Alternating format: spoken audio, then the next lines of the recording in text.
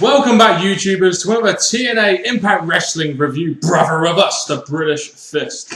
Those dynamic dudes you know as Mr. Parkin, and this guy sitting next to me nodding in great happiness here is none other than NJ.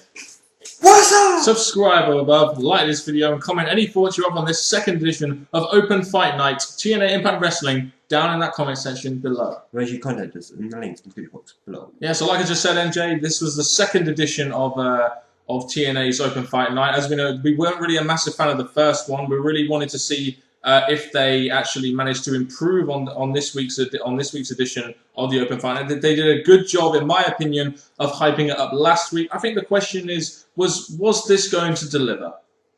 That was the main thing, because with their concentration seems to be more, last week, it seems to be on this week instead of the pay-per-view. It kind of got us questioning, is it actually going to deliver, so it makes at least made up for the build. Yeah, at least tries to satisfy the ratings and set up for the live show, which will be beginning next week. We might as well start off with the opener.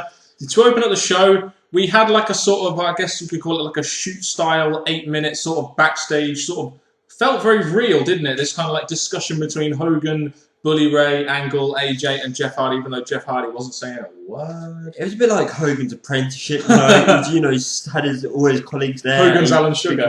Pretty much. And Donald Trump's New Americans. It's like Jeff Hardy was on the outside looking in, while you had the other three main guys talking away, making their points, and AJ dropping a few, Jeff Hardy dropping a few lines there. It was a bit of a shame, but it was somewhat of a good opening because it did lead up throughout the night. Yeah, I mean, it went about 8 minutes, and while I'm not sure of the length, it did have a very unique feel to it, didn't it? In the sense that we'd never really seen a promo segment or a backstage segment done with this amount of reality before, if you know what I mean. In the end, we get we basically get Hogan talking about why they all would deserve the shot, but the fact that the Bully Ray, hasn't been a singles main event guy for very long, that means he isn't going to be, picking him for tonight. Are you sure about that decision? Are you sure? He made it, not me. Are you sure? I would have put Bully Ray in there, but whatever. I don't know. But anyway, I guess you got me. Oh, you got NJ too. NJ's back normally. So what did you think of this opener and the way they did it? Did you think it was a good way to start Open Fight Night, or did you have your doubts? Well, my opinion will grow out throughout the night, but with this, it was definitely interesting. Them all having their say after Hogan finished speaking about their part of this match. So it was somewhat of a good opener. And it pretty much set up the main angle throughout the night, which was built up from last week. So yeah, I guess if you have different opinions on that, just really depends how you look at it. The first official segment we got of the night was Gail Kim. She got on the mic and finally someone's actually done this, which is fucking good. She called out Eric Young and ODB for being male and female knockout tag team champions, which isn't allowed. Finally someone's done it. Thank you, Gail Kim. For Gail Kim to step forward and do that, it was the right person. While she's a knockout champ, talk about the knockout, and Eric Young is not a knockout. So it made sense, but the thing that it led to was a match, and I really didn't want to see Eric Young in a match with knockout, so this part was a letdown for me. You had Gail Kim and Madison Rayne versus ODB and Eric Young. The saving grace for this match being that Gail Kim and ODB won. Not really sure what this means, whether they're going to win those knockout tag titles back or anything, but hey, they got to win. Yeah. It's really all we can say about it, really, isn't there? Then you had Rob Van Dam coming out, calling out Gunner, and this was based on this goes all the way back to Genesis, doesn't it? When Rob Van Dam got taken out by Gunner and got put out for 3 months, and this was Rob Van Dam wanting revenge on Gunner, the unfinished business. So we had Rob Van Dam versus Gunner in our next match, in a match which kind of did make sense. Not really sure we wanted to see it, but at least it made logical sense, and they showed like a little video package of why this occurred. It's got its story behind it, but is it still going to lead to Slammiversary? Not really sure at this moment in time, but it had its story behind it. Yeah, I mean, this was Open Fight Night. Anything can happen, brother. The match itself went about 3 minutes. The referee didn't DQ the chair shot. It's a bit weird. And Rob Van Dam gets the victory, of course. If you're going to sell this unfinished business, then have Rob Van Dam go over, I guess. No job. Rob has done a couple of jobs, so it's about time he doesn't do any jobs. Pretty much, yes. Pretty much. We then have our TV champion, Devon. Really, that's how little we can say about some of the segments on Open Fight Night. I know it's there for unpredictability and stuff, but there really isn't that much to say about them. The TV title was next. It was Devon. He basically called out Garrett Bischoff for eliminating him in the #1 contendership battle royal last night and felt that he deserved his opportunity at the TV title. So again, it did make sense. I'm just not sure I like Garrett Bischoff going against Devon, and I sure as hell did not like Robbie T and Robbie E interfering in this match and continuing on this damn feud with Garrett Bischoff in the freaking match. It's a shame we look at this and they're really trying to make this Robbie E, Robbie T go on and Devon thing. It gets a bit messy. The way I see this is that if I was the GM of this, I would push Robbie T and Robbie E to a side, probably have a rematch of this stupid thing that didn't actually get a winner over the top.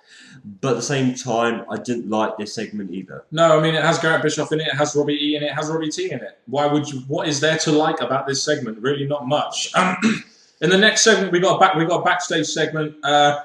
Hogan is talking about he's worried about Angle's injuries and Olympic training. He talks about the fans really liking Hardy and the fans really taking a liking to him. And he talks about how AJ knows Rude best, and this leads to Jeff Hardy being eliminated. And Hogan announcing that they're going to make the decision as to who is going to face Rude in the ring later. This was quite short, to the point. I felt this was a good backstage segment. It was good, but maybe I would have had Hardy go up first, because obviously Buddy Ray being a top guy, top heel, someone that I think is probably going to go towards the title eventually. But this segment was quick, short, got to the point, and another elimination. Yeah, which is what these segments need to do, not drag on like they did in the first edition of Open Fight Night. They did learn their mistake there. In the next segment, in our main event, might be added here.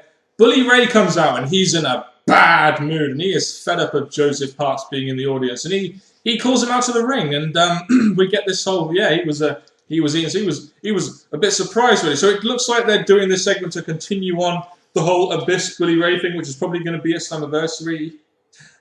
As much as I like this, that Buddy Ray had this whole chance to go for the title, and then he got the hour main event, an important part of the show.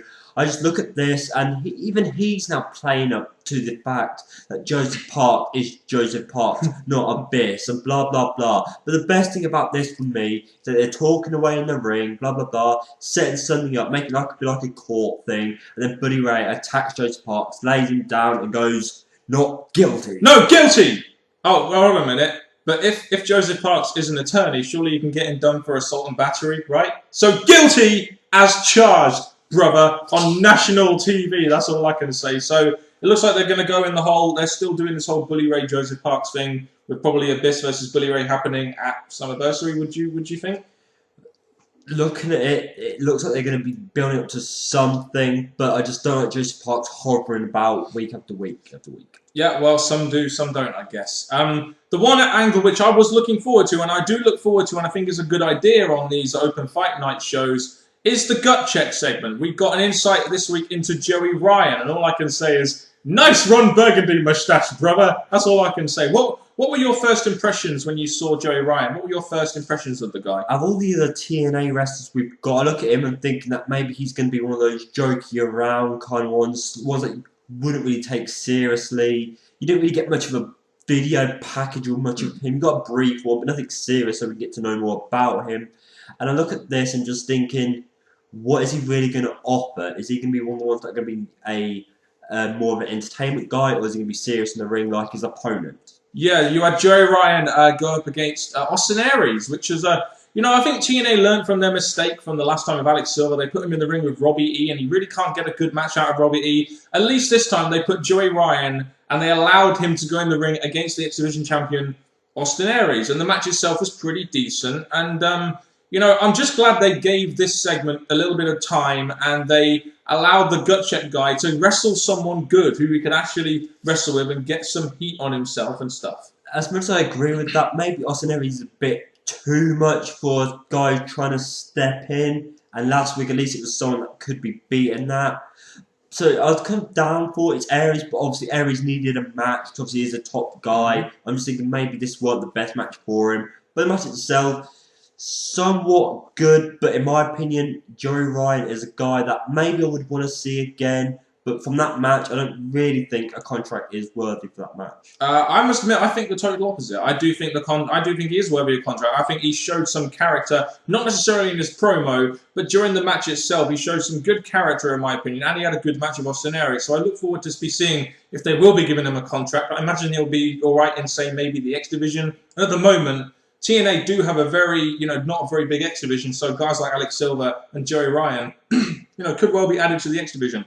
I think one thing that Joey Ryan has is the character. Whether or not it will be a good character or not is to be seen, but I do like the character. You could say you like him, you hope he does get a contract, but this gut challengey thing, the winner, what happens to them? Yeah. Because Alex Shelley, Silver, yeah. he did his thing, he got his point, he got a contract, and then he just disappears. The same thing's probably going to happen to Joey Ryan. So as much as this might be good, bringing new wrestlers, you might want to see more of them, but nothing. So at the moment, I'm just thinking, give him a contract, but at least do something with him. So basically this time, TNA, learn on your mistake last time. They followed it up well, but they didn't follow up the follow-up like they really should have. So this time, make sure you follow up a bit better, TNA, with this whole TNA gut check thing, and I think that'll make these segments mean a little bit more, in my opinion. But on the subject of Alex Shelley, it seems like he's quit TNA and he's probably going to be joining WWE now, doesn't it?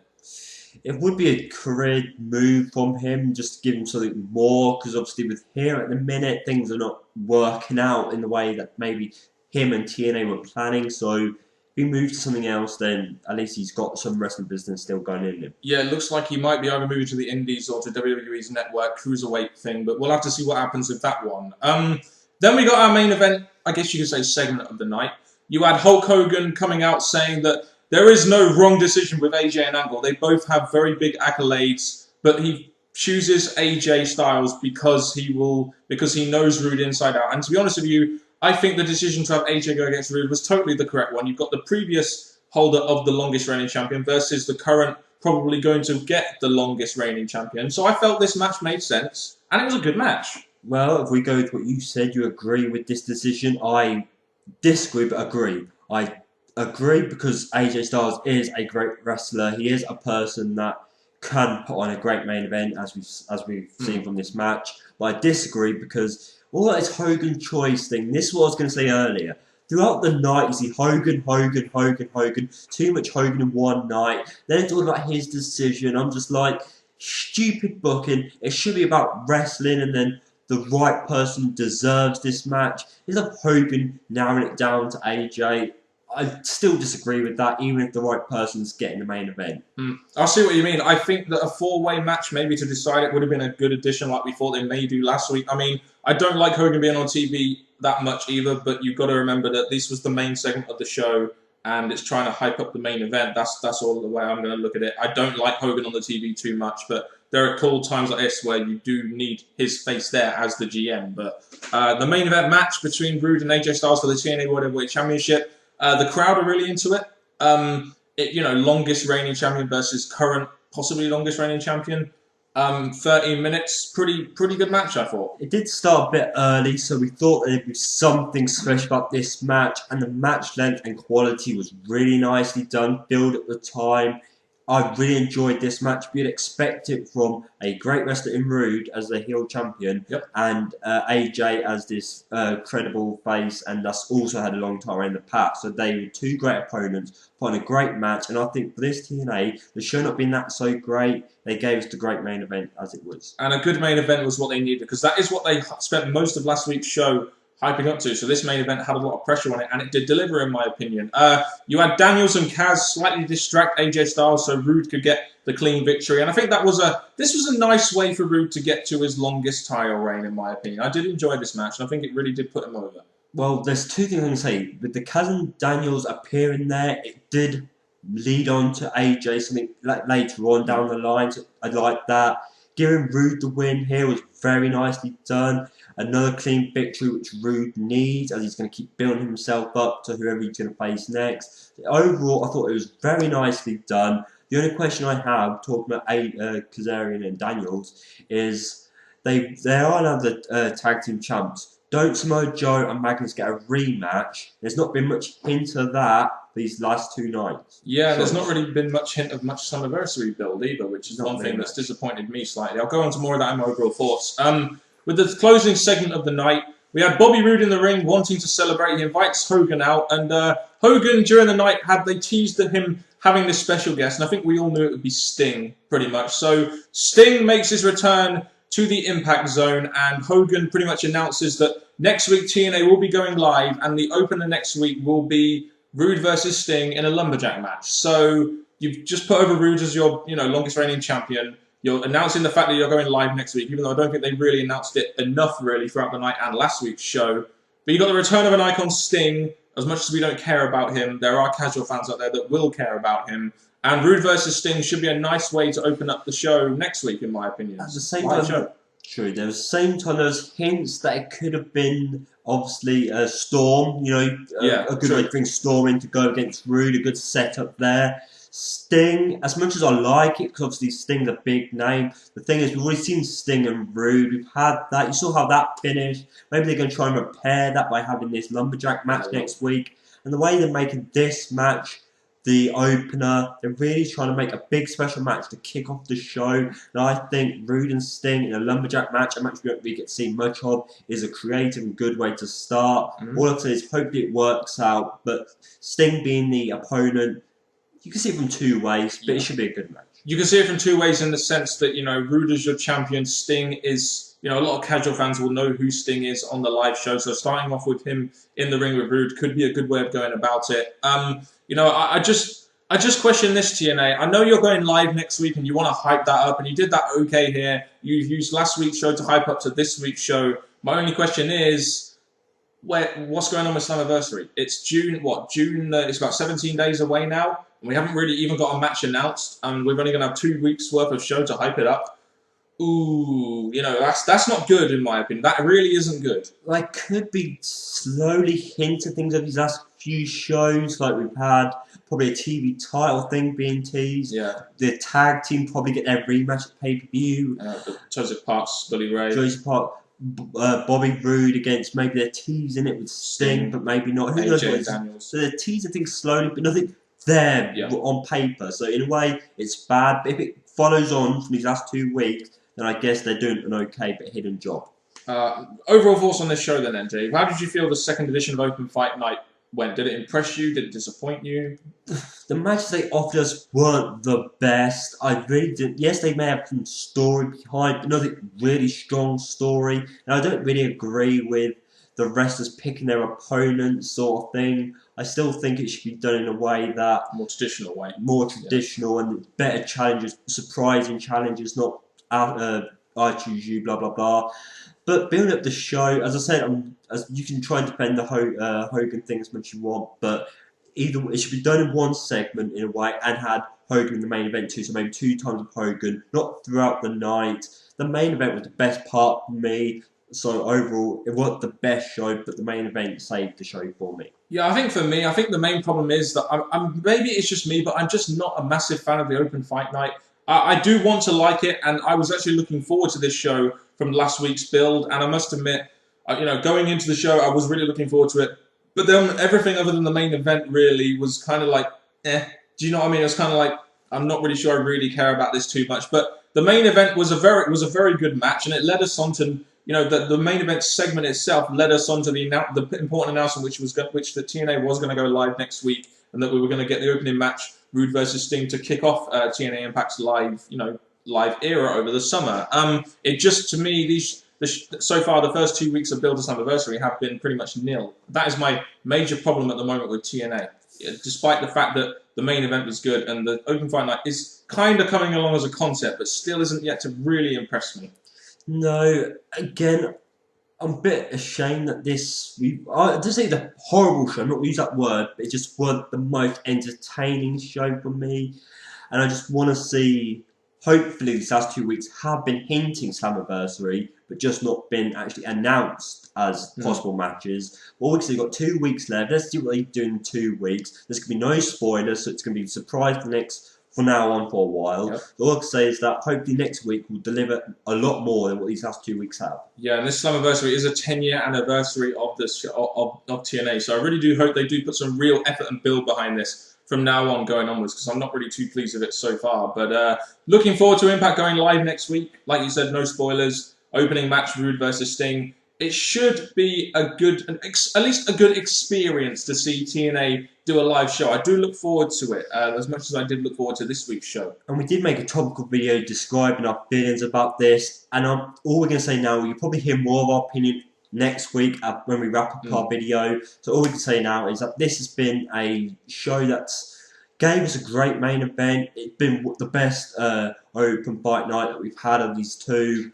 And all I can say is Sting returning. Let's just see what ideas they have for him after next week. Yeah, hopefully. I mean, Rude versus Sting, it's anniversary. Over James Storm, again. I don't know. But anyway, put your thoughts down in the comment section below, of course, like we always say to you guys. I'll pass you now on to the Right Honourable NJ to outro this Impact review. Now, people, thank you very much. Sting has returned. Who knows what's going to come next? And people, let's hope Slammiversary is going to be a good build these last 2 weeks. But anyway, from Mr. Parkin and me, NJ, thank you very much and goodbye.